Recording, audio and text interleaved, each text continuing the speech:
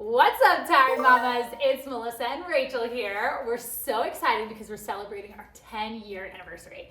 It's so fun thinking back on what we've experienced, gotten to really capture and help build in the world of sleep with the families we've worked with. So we're gonna take you a little bit behind the scenes and share with you some of our greatest treasures, the goals we've got to experience, the people we got to impact, and then kind of how we all started. So we'll take a look in just a minute.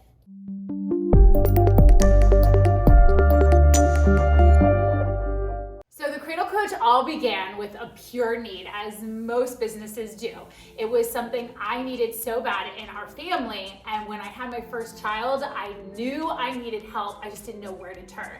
So I Googled it, and that was the worst mistake ever. It was overwhelmed, it felt too much, and it actually destroyed my sense of worth as a mom. So I knew that once I was gonna figure out my daughter's sleep, I was quickly gonna start helping other moms and be that support for them.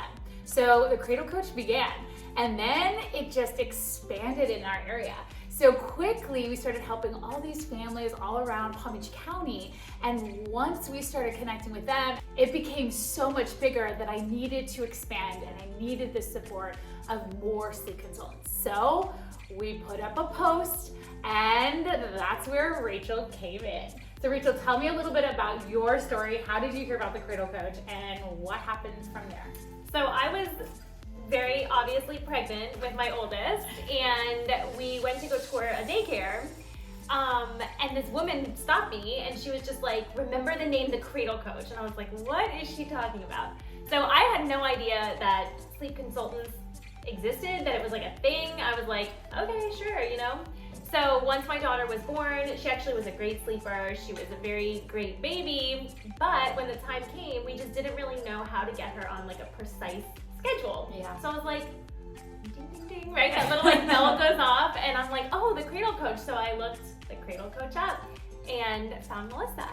And that night, my daughter was sleeping 12 hours through the night and has not, literally 7 years later, hasn't looked back. It's amazing. I love it. And then, so we put up a post for our first real position with the Cradle Coach for our workshop instructor. And you had this deep sense of passion for helping other moms that I noticed quickly on the phone. I remember her resume coming out, and then I was like, oh my gosh, I remember talking to her, and I remember you asking all these deep questions that I look for when I'm looking for a sleep consultant. And so what was it about the position that kind of interested you? So I saw the post online, and I instantly was like, yes, like I so want to do that, right? I've always been someone who loves to help other people, and it just felt so fitting being a mom, a new mom, and wanting to just help others, share the information that like worked for me, and learn more, you know, and be able to be that person that people could go to for help.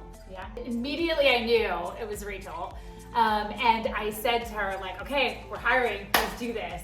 And Rachel went from like 0 to 100, which is so you, where you're like, when I know something, I'm going all in. I'm doing it perfectly, and you did. She went from being our workshop sleep instructor to now our COO. She handles all the operations, handles all the clients, everything when it comes to our sleep consultants and our client process. So she is like literally the godsend that I needed, running the show and really building into our clientele and our sleep consultants. So it's a 2-part operation, but you do it flawlessly. So it's so fun to watch. So my biggest question for you is, what is one situation that stood out to you over all the years that you've worked with so many different types of clients that was just a little bizarre, but yet you knew it was something, there was something that could be done in the situation? So, you know, there are so many clients, of course, and every story sits with you. But on a funny note, when you use the word bizarre, right, the one that comes straight to my mind, I had a client who, their child, the only way this baby could fall asleep is if he batted his mom's eyelashes. Oh my goodness. with his finger. Oh. So she literally was leaning, not like the baby wasn't even laying with her. She was leaning into the crib. So he was sleeping in the crib, but she was throwing her body over the crib so he could just have enough reach to like bat her eyelashes.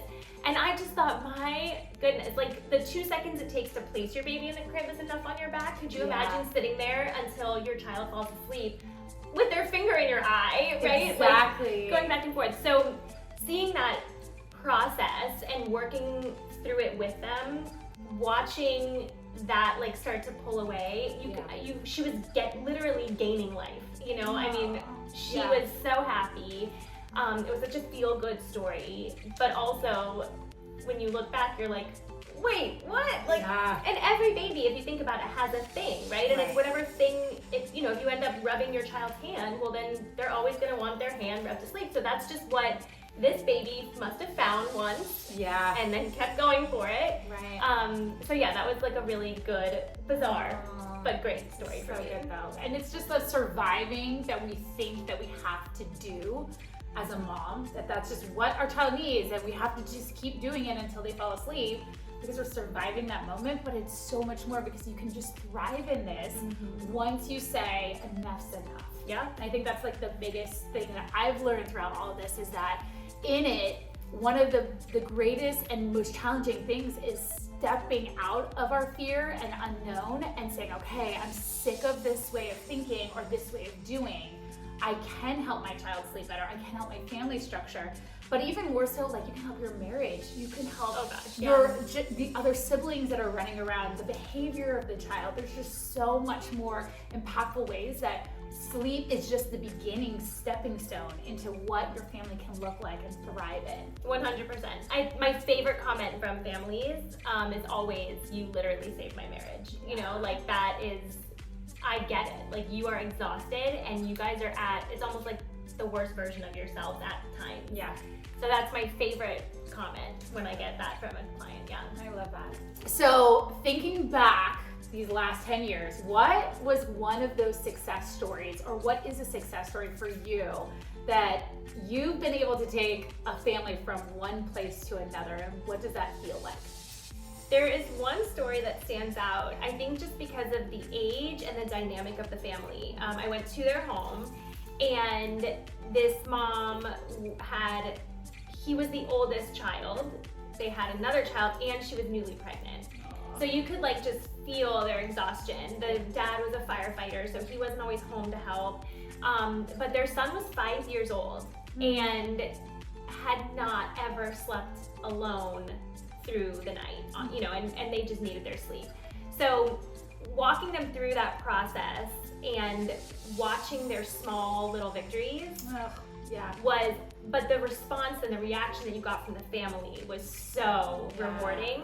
And he thrived. Like he just needed that, like, the parents just kind of needed to be told what to do, and kind of that assistance following through and tweaking things as we went. But that's one of my favorite stories, because when you think of, I get questions all the time, as I'm sure you do, oh, my child already won, it must be too late. I'm like, no, my goodness, like I've worked with a 5-year-old that has literally never been sleep trained, and it's still, okay. He was almost 5.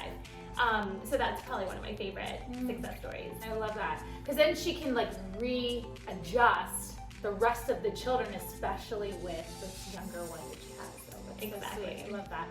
Okay, so thinking back again, what is one piece of advice that you would give any tired mom who feels overwhelmed yet doesn't know where to begin? It is okay to ask for help. It's a no judgment zone. I think a lot of times we as parents feel like we're failing ourselves for some reason. We have this high expectation. And if we are not willing to ask for help and realize that, like, I don't care what you're doing, like, cool, that's fine. Let me help you through it though. I'm not judging you. I'm not, So I think just taking that first step is the hardest part, and then knowing that you're on your way to getting sleep, that everyone needs. Yeah, absolutely. And then when it comes to all the lessons you've learned, the hard clients and the most successful winning clients that are just easy, they get it in 1 or 2 nights, what is the one thing, the one trend that you see successful families who get it do?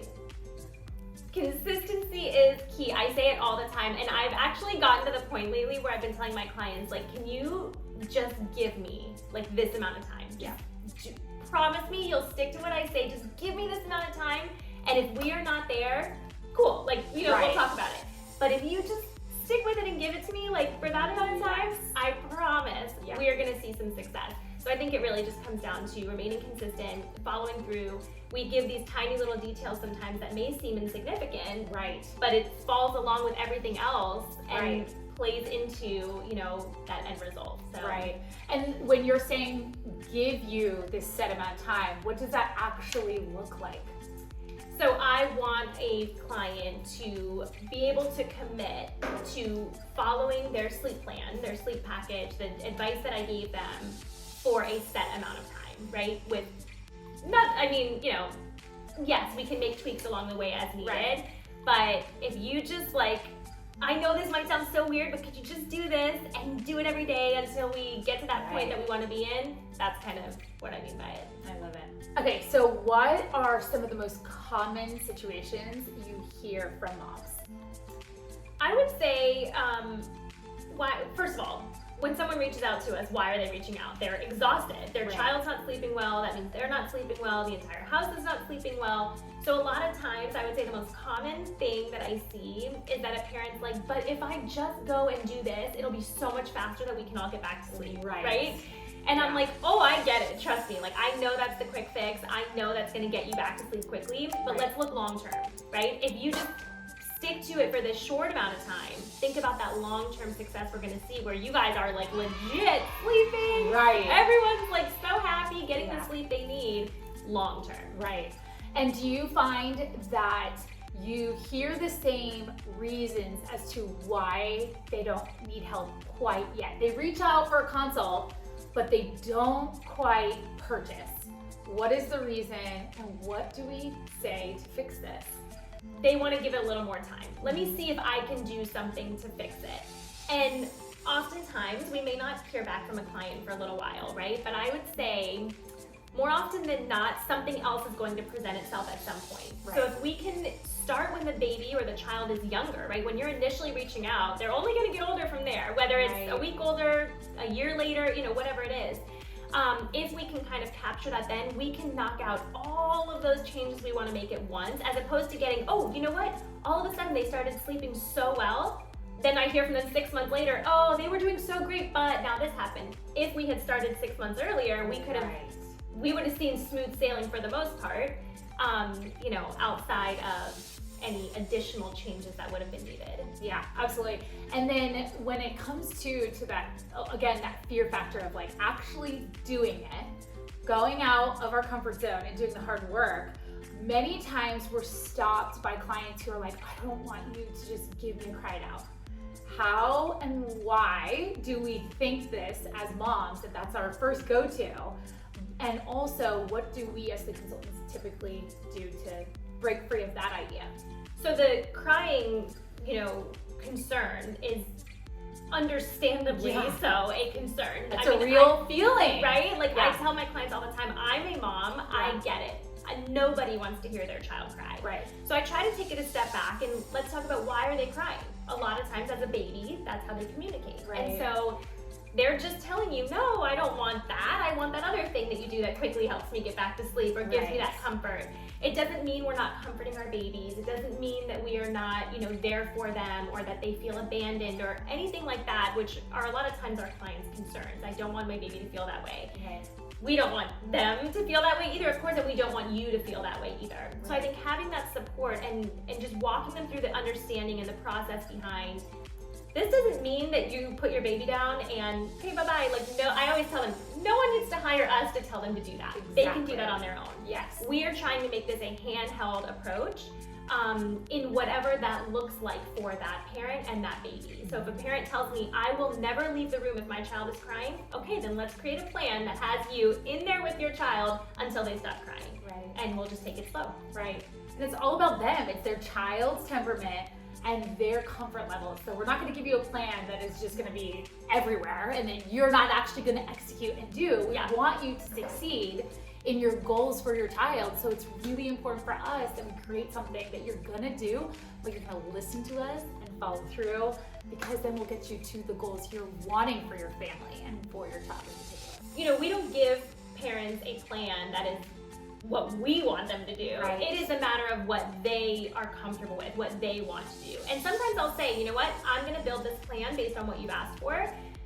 You may see this with that, but that doesn't mean we're not gonna reach our end result. So I like to be very upfront. I like to be very clear and just lay it all out there from the beginning so I can set those expectations and let them know, yes, we might have you, you know, like that example, with your child the entire time, but just know that it might take a little bit longer, it might be a little bit slower, and that's okay if that's what you're looking for. Right. No, I love that. And we love what we do. I mean, that's like our biggest passion, is to see you as parents, moms in particular, where we stood and get you out of that dark journey that you feel like you're trapped in, and knowing that there's so much more out there for your family, for your child, for you as a whole. So we have loved these last 10 years. They have been such a joy to us, and we truly are honored that you have entrusted us with your most treasured gifts. And we wish you guys nothing but the next 10 years of the sweetest dreams. So I saw that post. And we're just wishing, hold on, edit. Sorry. Oh. Is it okay? Should I fix it? I'm sorry. Well, thanks so much for being on. I love it. I have another question. What's another question? I forgot my questions. Consistency. That's my favorite word. Same. Consistency. Oh, this part we nailed. Yeah, it's a photo shoot. So I'm like, give me a break. I'll talk to you myself later. I'm like, oh. I just don't look.